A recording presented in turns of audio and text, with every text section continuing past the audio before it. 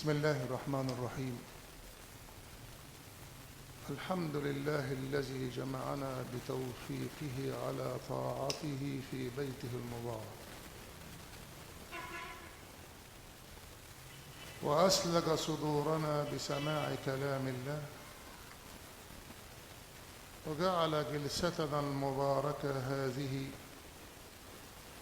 نحاول فيها قدر وسعنا أن نطبق حديث سيدنا رسول الله صلى الله عليه وسلم الذي يقول لنا فيه: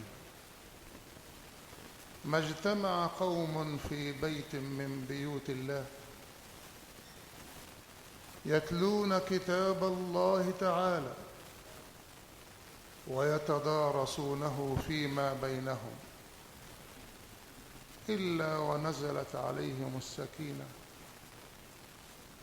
وحفتهم الملائكة وذكرهم الله تعالى في من عنده. فنسأل الله تعالى أن نكون أهلا لذلك أجمعين. والصلاة والسلام على سيدنا محمد الذي اصطفاه مولاه وحباه ورقاه وأدناه، وخصه بخير كتاب أنزله إلى خلق الله، وجعله نبينا وهو شفيعنا وحبيبنا يوم الدين، صلى الله عليه وعلى آله الطيبين وصحابته المباركين وكل من اهتدى بهديه إلى يوم الدين، وعلينا معهم أجمعين، آمين يا رب العالمين. أيها الأحبة، يقول سيدنا عبد الله بن مسعود رضي الله عنه: جعلنا القرآن الكريم رسائل ربنا عز وجل إلينا، رسائل، خطابات أرسلها لنا الله على يد حبيبه ومصطفاه. جعلنا القرآن الكريم رسائل ربنا إلينا، فكنا نقرأه ونتدبره بالليل، ثم نقوم عاملين به بالنهار.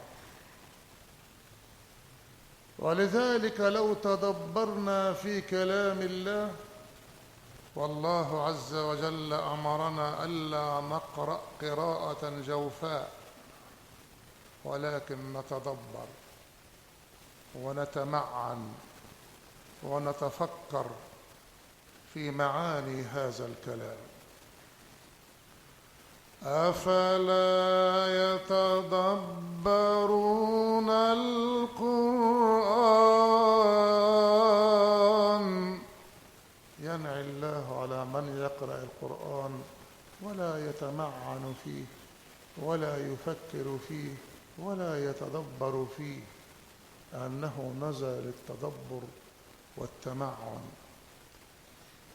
ولقد يسرنا القرآن للذكر، لم يقل للتلاوة، للذكر والتذكر والتفكر، فهل من مدكر؟ ما قالش برضه فهل من تالي.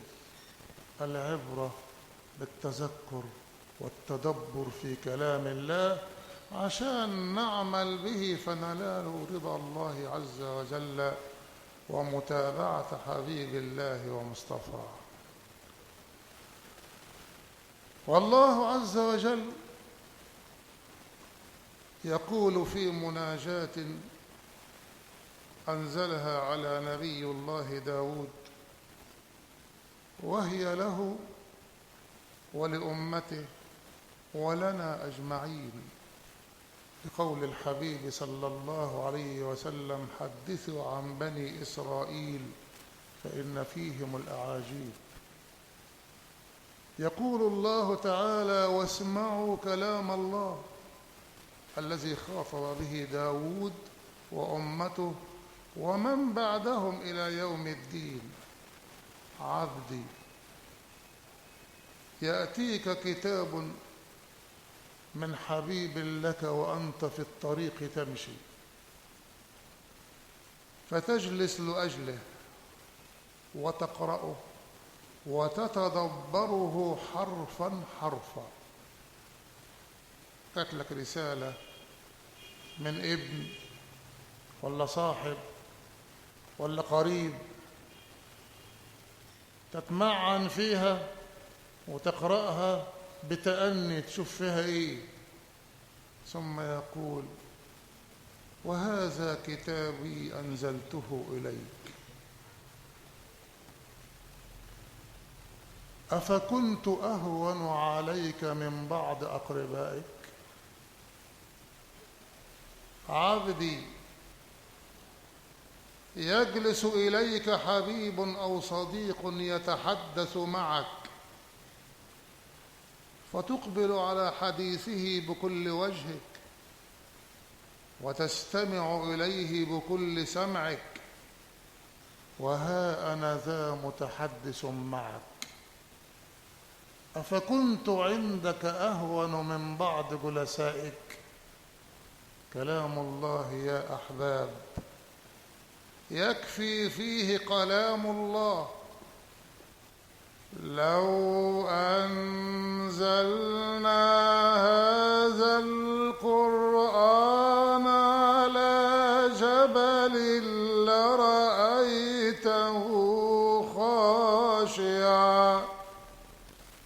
لو نزل على جبل، الجبل يخشع من ايه؟ لرأيته خاشعا متصدعا من خشية الله. قال السادة العلماء: يبقى القلب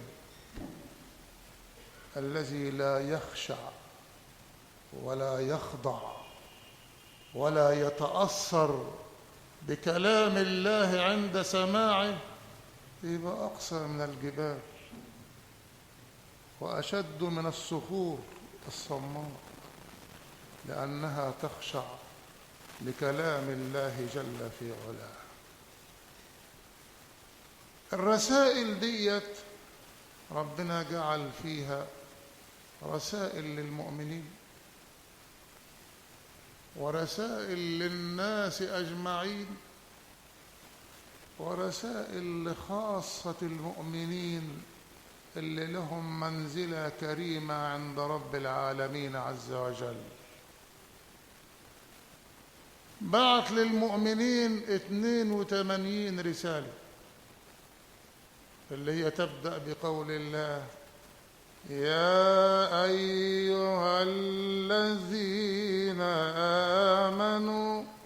ما دي رسالة، تشوف عاوز ايه في الرسالة صاحب الرسالة عز وجل وتنفذ ما فيها.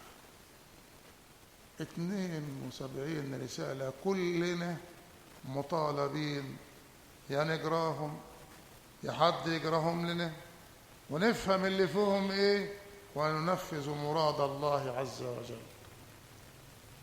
والرسائل بتاعت الناس اللي بتبدأ بيا أيها الناس دي للناس كله، رسائل خصصها الله عز وجل لكل الخلق، مؤمنهم وغير مؤمنهم. لكن الرسائل لخاصة الخاصة وأهل القرب واللي لهم منزلة عند الله زي الرسالة اللي عندنا دي: يا عبادي. ساعة ما الجماعة أهل القرب يسمعوا نداء الله يا عبادي يموتون عشقا وغراما وهياما في ذات ذي الجلال والإكرام، لأنه جعلنا في منزلة عظمى منزلة ايه؟ عباد الله. وما فيش منزلة أعلى من هذه المنزلة أبدا، منزلة العبودية لله عز وجل. ده هو كمان ضاف إلى العبودية الإيمان. يا عبادي الذين آمنوا إن أرضي واسعة، عشان نعرف أن الأرض كلها لمين؟ لله عز وجل. وكل ما فيها من أشجار ومن ثمار ومن أطيار ومن بحار، وكل ما في باطنها من معادن وغيرها، الكل ملك لله جل في علاه، والله عز وجل يوزعه بما يشاء على عباده سبحانه وتعالى. إن أرضي واسعة فإياي فاعبدون.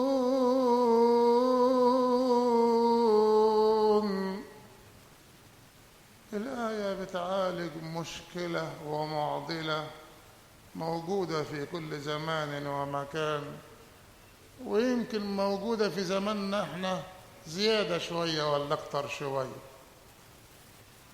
الناس اللي تتكاسل عن العبادات وتتباطأ عن الطاعات، وساعات تتوقف بالكلية عن الفرائض المفترضة التي فرضها عليها رب البرية. تيجي تسأله يقول لك هو أنا يعني هسيب الأرزاق وأقعد في الجامع؟ من ورايا مصالح وورايا معايش، وعاوز أجيب أكل الأولاد، وعاوز أجيب مصاريف العيال، وجعل ديت إيه؟ حجة. الله عز وجل في هذا الكلام المبارك أبطل هذه الحجة، لأن الله عز وجل قسم الأمر بيننا وبينه. احنا علينا حاجة وهو عليه حاجة.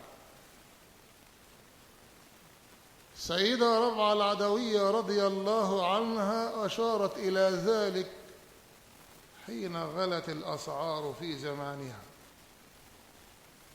فبيقولوا لها الأسعار زادت عن الحد، أنت ما سمعتيش؟ قالت وعزة رب لو صارت الحبة بدينار ما اهتممت، علي أن أعبده كما أمرني، وعليه أن يرزقني كما وعدني.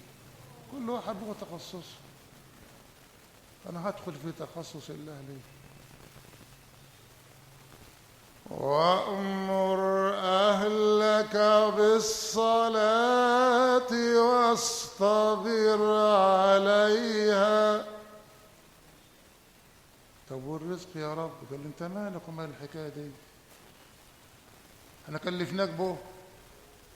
لا نسألك رزقا. امال الرزق ده على مين؟ على حضرة الرزاق عز وجل. ولذلك بيقول في الحديث القدسي إذا كنت أرزق من غفل عني وعصاني فكيف لا أرزق من أطاعني ودعاني؟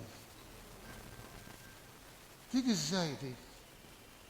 العاصي بيرزقه والغافل بيرزقه، يبقى مش هيرزق التقي النقي؟ ده التقي النقي هيرزقه رزق معاه دعم إلهي، والرزق التاني للآخرين معاهش معونة ولا مدد. وقال فيه ومن يتق الله يجعل له مخرجا ويرزقه من حيث لا يحتسب. هي الحتة دي اللي كان عايش فيها حضرة النبي وصحبه الكرام والصالحين إلى يومنا هذا وإلى يوم الدين. ودي الحتة اللي غفل عنها كثير من الناس. الناس عاوزين العدد، لكن ربنا عاوز المؤمن يبقى عاوز المدد من الواحد الأحد. والمدد لو نزل في الرزق القليل هيقوم مقام الكثير ويفيض ويزيد ما دام بارك فيه الحميد المجيد عز وجل. ولذلك ربنا سبحانه وتعالى لما تحدث عن تقوى القرى، الناس لما تتجمع وتتقي الله ويبقى المجموعة كلهم أتقياء، هيزود الرزق ازاي؟ ولو أن أهل القرى آمنوا واتقوا، خدوا بالكم الآية، لفتحنا عليهم بركات من السماء والأرض. ما قالش فتحنا عليهم خيرات، خيرات زي ما بس هيحط فيها الايه؟ البركة. وده الدعم الإلهي النوراني للمؤمنين، اللي المؤمن لو وصل له هذا الدعم لا يخشى إلا الله، لأنه هيبقى في كفالة الله ورعاية الله على الدوام إن شاء الله. ودي الحالة اللي سيدنا رسول الله صلى الله عليه وسلم ورثها لأصحابه البررة الكرام، ومشي عليها الصالحين على مدى الأيام. كانوا بيعتمدوا على إيه؟ على البركة اللي تنزل من الله عز وجل، إن كان في الزرع ولا في الضرع ولا في الجسم ولا في الأولاد ولا في البيت.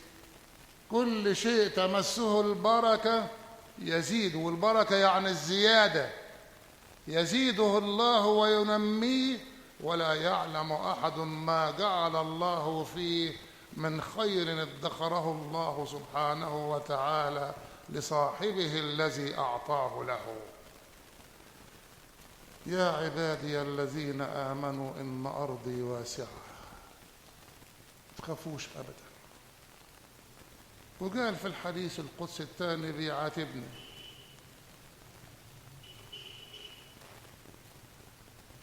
يا عبادي لما تخشون الفقر وأنا خزائني مليئة لا تنفد.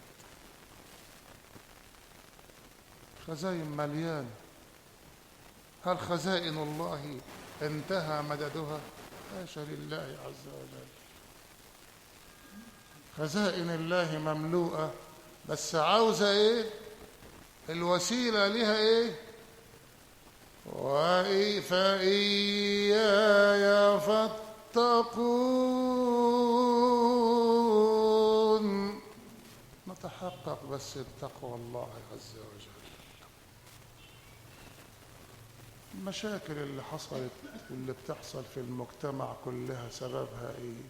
واللي أذهبت الأرزاق وأفسدت الأخلاق وضيعت البركات، أن الناس ما عندهاش التقوى المطلوبة لله جل في علاه.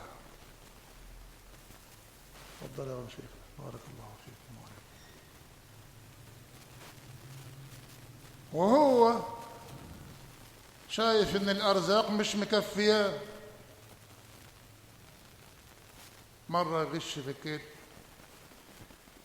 مره يغش في الوزن، مره يغش في السعر، مره يغش في الثمن.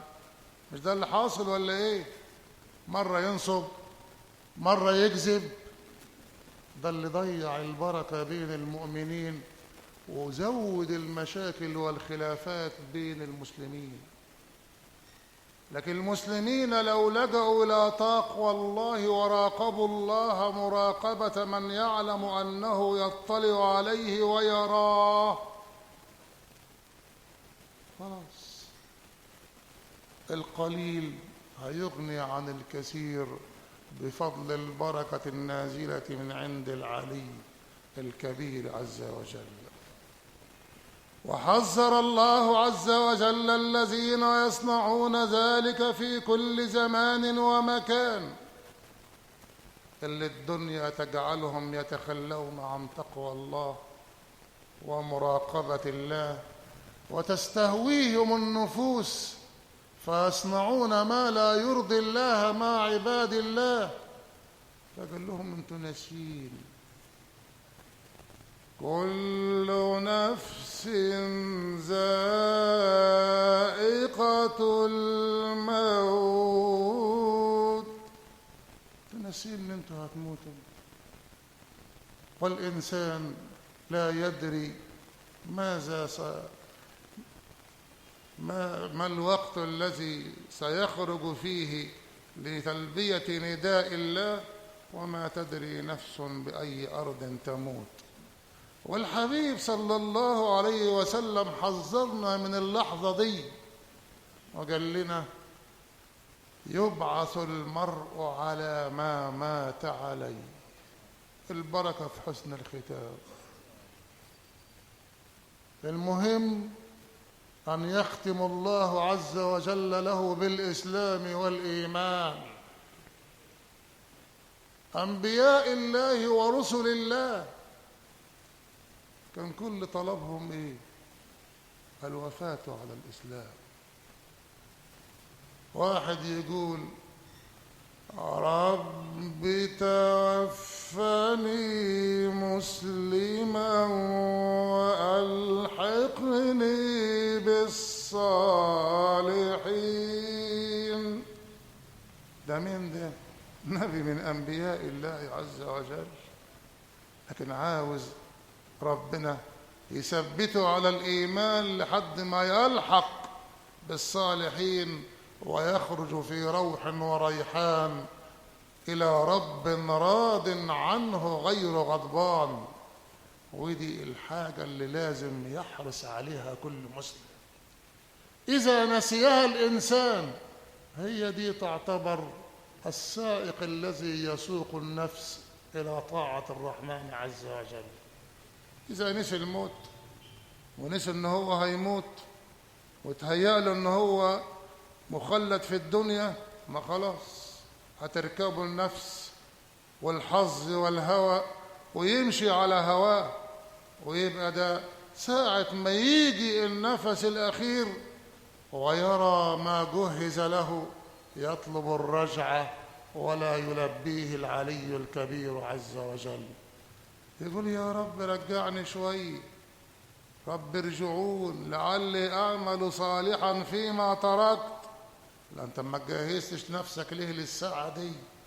ولذلك ينبغي على المؤمن على الدوام أن يكون ذاكرا أنه إن آجلا أو عاجلا سيرحل من الدنيا للقاء مولاه، وأن محطة السفر الأخيرة هي قول الله وأن إلى ربك الرجعى وأن إلى ربك المنتهى. والمهم هذه اللحظة اللي مات فيها، اللي قال فيها حضرة النبي يبعث المرء على ما مات عليه. كل نفس ذائقة الموت ثم إلينا ترجعون.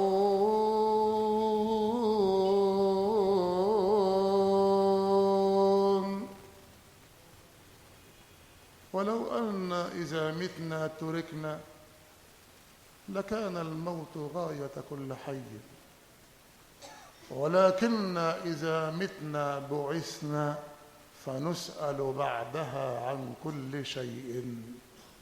ولو الإنسان لما هيموت ما يبقى فيه لا حساب ولا سؤال، سهل الحكاية. لكن ده هيسأل عن القليل والكثير والنقير والقطمير، وكل أمر فعله وكل لفظ نطقه سيسائله عليه الله عز وجل، إن خيرا فخيرا وإن شرا فشرا. يبقى اللي يعين الإنسان على دوام الاستقامة في الدنيا وعلى العمل الصالح تذكر الموت والدار الآخرة والحساب والعرض على الله عز وجل. يزيد في رغبته في ذلك، يتذكر الأفراد الأفزاز اللي ربنا تحدث عنهم وبين منازلهم ومكانتهم. ما احنا كلنا هنخرج من الدنيا، بس العاقل والكيس والفطن اللي يحدد لنفسه منزلة كريمة، اللي عاوز يبقى من المقربين غير اللي عاوز يبقى من أصحاب اليمين. دي منزلة وده منزلة. اللي عاوز يبقى مع الذين أنعم الله عليهم من النبيين والصديقين والشهداء والصالحين، غير اللي هم خلطوا عملا صالحا وآخر سيئا وطمعان إن ربنا يغفر له ويعفو عنه. ده زي ده يا أحباب؟ لا. يبقى الإنسان العاقل اللي يختار المنزلة الكريمة هنا. قال صلى الله عليه وسلم: إذا دعوتم الله فعظموا الرغبة. خلي دايما عندك همة كبيرة في الطلبات اللي انت عاوزها في الآخرة. وسلوه الفردوس الأعلى، فإنها أعلى الجنة وأوسط الجنة وعليها عرش الرحمن ومنها تنبع أنهار الجنة. يبقى دايما الواحد يحاول زي ما هو عاوز في الدنيا له تطلعات، يبقى التطلعات عند الله في الجنة والآخرة أعظم عشان ينال ما يتمناه. فربنا ادانا نموذج في الآية: والذين آمنوا وعملوا الصالحات. ودايما في القرآن الإيمان مقرون بالعمل الصالح. اللي بيدعي الإيمان ويترك العمل، حضرة النبي قال فيه صلى الله عليه وسلم: أن قوما خدعتهم الأماني وغرهم بالله الغرور، الغرور عن الشيطان، وقالوا نحسن الظن وكذبوا، لو أحسنوا الظن لأحسنوا العمل. أمال الإيمان دي دعوة، الدليل عليها إيه؟ العمل الصالح. الإيمان دي حجة، البرهان على صدق الحجة دي إيه؟ العمل الصالح. ولذلك قرن الله الإيمان بالعمل الصالح في كل آيات القرآن التي تحدث فيها عن الإيمان. والذين آمنوا وعملوا الصالحات لنبوئنهم من الجنة غرفا تجري من تحتها الأنهار.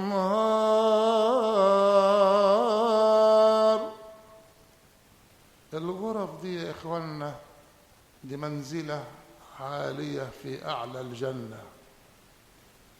ذكر الله عز وجل في عباد الرحمن أنهم جزاؤهم أولئك يجزون الغرفة بما صبروا.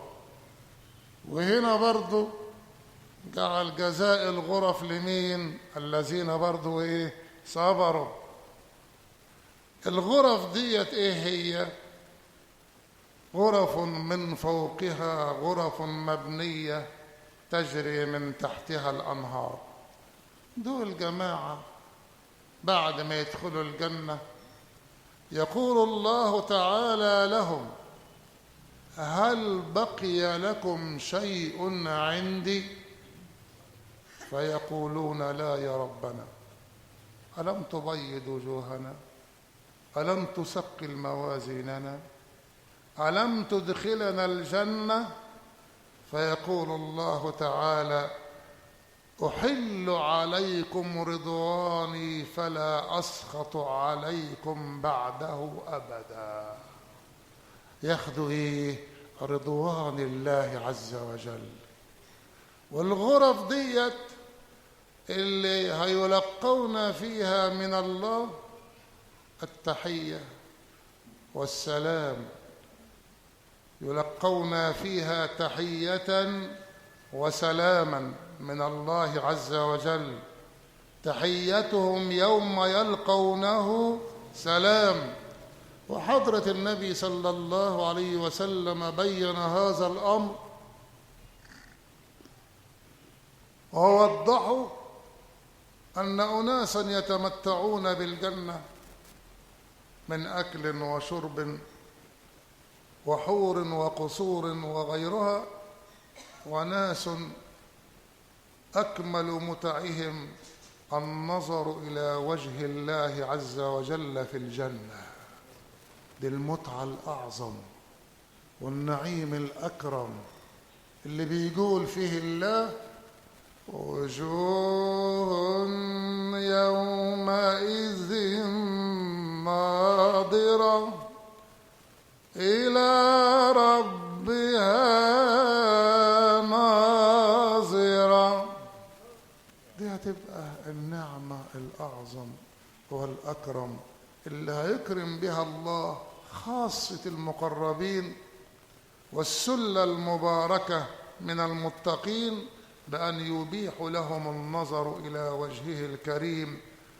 قال صلى الله عليه وسلم في حديثه الآخر: فما رأوا نعيما ولا نعمة أبهى ولا أشهى من النظر إلى وجه الله عز وجل. والنظر إلى وجه الله عز وجل دي بغية المؤمنين وبغية المتقين على الدوام، حتى أن الله عز وجل جعلها الأجر الكريم الأعظم للذين يصومون في شهر رمضان ابتغاء النظر إلى وجه الله. ما هو المهم تكون أنت مقدم طلب على هذه البغية وعلى هذه النية. اللي مش عاوزها ياخدها ازاي؟ لازم يكون مقدم طلب لها. قال صلى الله عليه وسلم: صوموا لرؤيته وافطروا لرؤيته. احنا عارفين في الشريعة يعني صوموا لرؤية الهلال وافطروا لرؤية الهلال. الجماعة الصالحين قالوا في إشارة في الحديث: صوموا من أجل رؤيته، يعني خلي النية عشان رؤيته. وتفطر إمتى؟ عند رؤيته عز وجل. ولذلك قال صلى الله عليه وسلم: للصائم فرحتان، فرحة عند فطره وفرحة عند عند لقاء ربه، لأنه كان أمله وعشمه لقاء الله عز وجل. الشيخ ابن الفارض رضي الله عنه وأرضاه وهو بيعالج سكرات الموت زي المؤمنين الصادقين بيرى منزلته في الجنة في اللحظات الأخيرة، يشوف منزلته الكريمة في الجنة يبشره بها الله عشان يفرح بلقاء الله، فيفرح الله بلقائه. فشاف منزلته في الجنة فزعل وقال ايه؟ فإن تك منزلتي في الحب عندكم ما قد رأيت فقد ضيعت أيامي. أمال أنت عاوز إيه؟ قال أنا عاوز وجه الله عز وجل، أنا مش أعبد الله عز وجل من أجل جنته، وإنما من أجل النظر إلى وجه حضرته تبارك وتعالى. فالجماعة اللي هيأهلهم الله للنظر إلى وجهه الكريم دول هيبقوا في هذه الغرف التي تجري من تحتها الأنهار، وطمأنهم الله بأنهم إذا دخلوا لم يخرجوا، فقال خالدين فيها. لو ما قالش خالدين فيها كانوا يفكروا في يوم من الأيام إن هي مدة محددة وهيخرجوا منها، لكن دي كان أمان واطمئنان من الله. ثم قال الله عز وجل مادحا لهم ومثنيا على أعمالهم لنسابق في اللحاق بهم نعم أجر العاملين.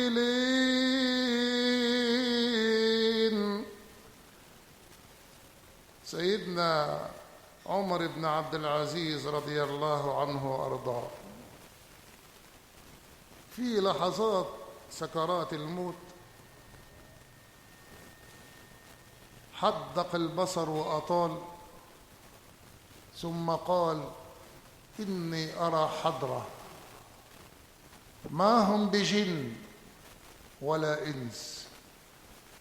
ثم قال لمثل هذا فليعمل العاملون، وخرجت روحه للقاء الحق عز وجل. ايه يا اخواننا، ما هي البركة في حسن الختام. سيدة نفيسة العلوم رضي الله عنها حفرت قبرها في بيتها اللي هي مدفونة في حال، ومكثت 15 سنة تتعبد فيه لله وتقرأ فيه القرآن، تصوم النهار وتقوم الليل. وجاء أجلها في رمضان، مرضت مرض شديد، وأوصاها الأطباء أن تفطر لعدم قدرتها على الصيام. فقالت أنا كنت أتمنى أن أرجع إلى الله وأنا صائمة، أفطر اليوم؟ لا والله لا يكون.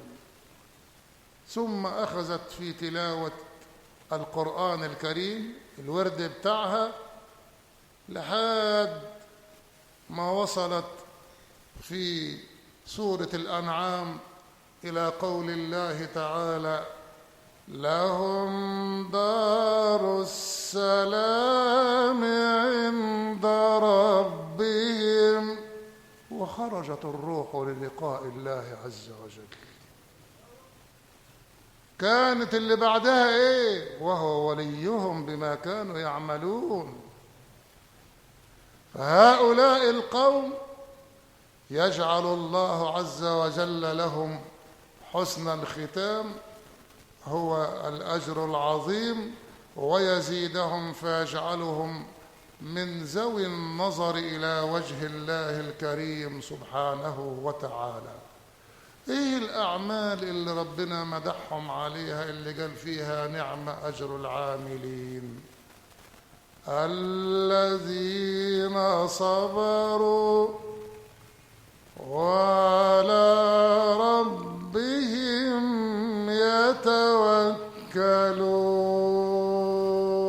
يتوكلون. لازم الصبر. ربنا بيقول لنا كلنا ايه؟ يا أيها الذين آمنوا اصبروا وصابروا ورابطوا واتقوا الله لعلكم تفلحون.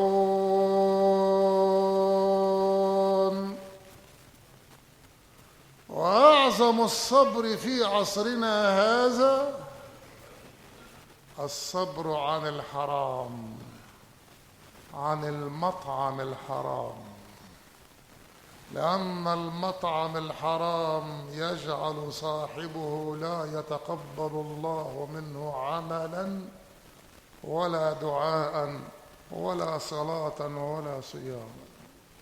قال صلى الله عليه وسلم: إن العبد لا يقذف باللقمة الحرام في جوفه لا يتقبل الله منه عملا 40 يوما. 40 يوم خلاص. وقال في نفس الحديث لسيدنا سعد، وكان قد سأله أن يكون مجاب الدعوة: يا سعد أطب مطعمك تكن مجاب الدعوة.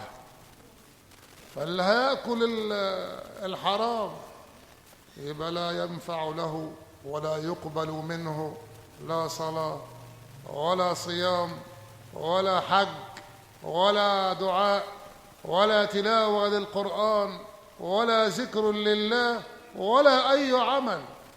بعض الناس بيضحكوا على نفسهم، يتكسب من الحرام ويجي في الآخر يقول أبني مسجد لله. طب هو المسجد لازم يؤسس على الإيه؟ على التقوى. ينفع المسجد يؤسس على الحرام؟ لا. لمسجد أسس على التقوى من أول يوم أحق أن تقوم فيه. أو يقول أنا أروح أحج بيت الله الحرام. طب ما هو هيحج، النبي قال لو قال لبيك اللهم لبيك تقول الملائكة لا لبيك ولا سعديك وحجك هذا مردود عليك. يبقى لا يقبل الله تعالى منه عملا لا قليلا ولا كثيرا. يبقى أعظم الصبر في عصرنا هذا جماعة المؤمنين الصبر على الإيه؟ على المطعم الحلال. والمطعم الحلال زي ما قال سيدنا عبد الله بن عباس رضي الله عنهما: اللقمة الحلال لها نور في القلب يشد الأعضاء إلى طاعة الله ويجمدهم عن معصية الله. واللقمة الحرام لها ظلمة في القلب تجمد الجوارح عن طاعة الله وتشدها إلى معاصي الله عز وجل. يبقى أساس المشاكل كلها يا أحبابي المطعم الحلال. وده اللي عاوز صبر جميل في هذه الحياة الدنيا. الله عز وجل وهو الرزاق قدر الأرزاق التي تكفي كل إنسان مؤمن إذا اتقى الله بما يتوالى عليه من البركة من عند مولاه جل في علاه. وإذا جاءته البركة يبقى أغنى الأغنياء، لأنه يبقى راضي عن الله. ارضى بما قسم الله لك تكن إيه؟ أغنى الناس. يحتاج المؤمن بعد كده صبر على الطاعات، وخاصة في المشقات، أيام الصيام في الأشهر الحارة، صلاة الفجر في اليوم أو الليلة الباردة، دي برضو عاوزة إيه؟ صبر. يحتاج الإنسان